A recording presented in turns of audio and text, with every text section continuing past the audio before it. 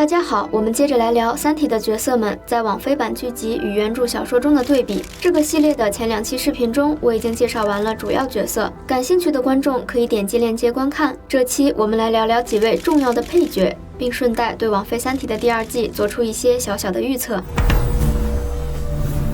在三体危机出现之际，三体世界向地球发送来了能监视人类的质子，这是一种用质子改造成的超级计算机，它只有普通质子的大小，不仅能随时随地监控人类，它还具有自己的智能。在质子面前，人类世界的一切都不再拥有隐私，无论是总体战略还是最微小的技术细节，都完全暴露在敌人三体世界的视野里。于是面壁计划应运而生。面壁者们将完全在自己脑海中制定计划，不与任何人分享，并且他们可以掌控大量的资源。这是个以计谋取胜的计划。在第2部小说《三体：黑暗森林》中，最重要的主线线索之一就是面壁计划的实施与发展。面壁者在向外界展示出的表面战略之下，隐藏自己真实的想法和计划。同时 ETO 也就是地球三体组织安排的破壁人破解他们真实战略，击溃他们的过程，也都是书中相当精彩的段落。网飞版《三体》剧集目前只拍摄到了面壁计划刚刚启动的时间，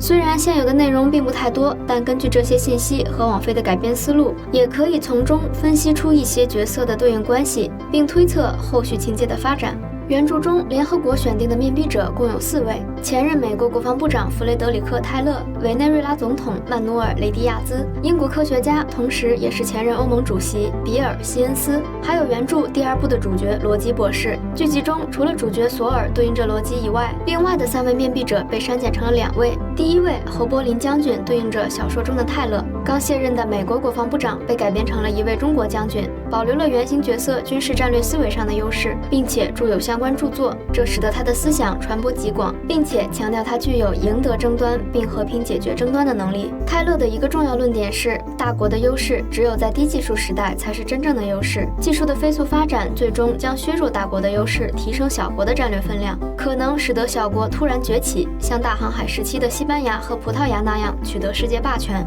第2位库尔德战争英雄雷拉·阿利奇，他对应着小说中的雷迪亚兹。原作中的雷迪亚兹领导了委内瑞拉的社会主义运动，并且在南美洲引起一股红色浪潮，而在剧版，社会主义战争英雄被改成了反恐战争英雄。雷拉·阿利奇教授是一位曾与伊斯兰国作战的女战士，有着非凡的战斗经验，擅长以弱胜强的战略。原著中，泰勒的量子幽灵部队计划和雷迪亚兹的水星氢弹计划都失败了，但第3位面壁者比尔·希恩斯的计划成功了。他与他的妻子脑科学家杉山惠子做出了一种叫思想钢印的机器，可以通过技术手段来把一个信念固化在意识中。在剧集的改编里，没有对应着希恩斯的面壁者，所以如果网飞不是直接删掉了思想钢印的整条线的话，在第2季中，网飞大概率会让别的角色来研发思想钢印。有人猜测可能会是另外2位面壁者，但侯伯林将军和雷拉教授都是军事家，看上去不太会搞量子物理和脑科学研究的样子，所以也有一种可能是网飞会在第2季中加入以希恩斯和惠子为原型的新角色，来讲述思想钢印的这条故事线。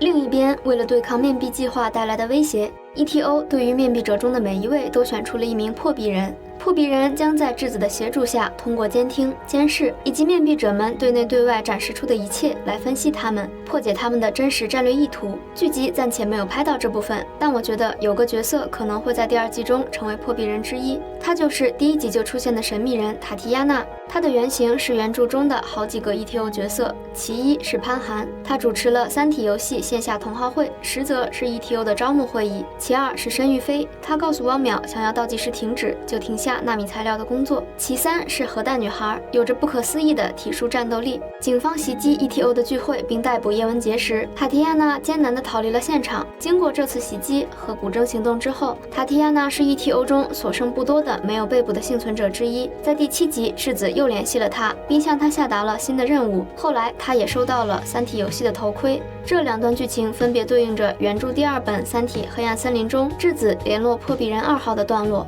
以及受到古筝行动和聚会受袭的2次打击后 ，ETO 的残余势力就是以三体游戏这个平台作为主要通讯手段，包括开会和下达指令都是在游戏场景中进行的。原作中的3位 ETO 破壁人分别是游戏中的冯诺依曼、墨子和亚里士多德。质子最先联系的2号破壁人就是墨子。我猜测网飞的改编既然已经在面壁计划中删掉了西恩斯，有可能破壁人也会3合1，只有塔提亚娜作为唯一一个破壁人。再来聊聊其他几位戏份不多但同样重要的配角。北美马东锡·本尼迪克特王饰演的克拉伦斯，他是原著中的史强。剧集中没有展现古筝行动方案的制定，但在原著里讨论怎样获得审判日号上情报的会议中，正是史强提出了这个残忍而高效的计划，用纳米材料飞刃等距的固定在河道两侧的2根大柱子，在审判日号即将渡过巴拿马运河最狭窄的一段时，像一张古筝一样立在巴拿马运河的河面上，切割通过其中的审判日号，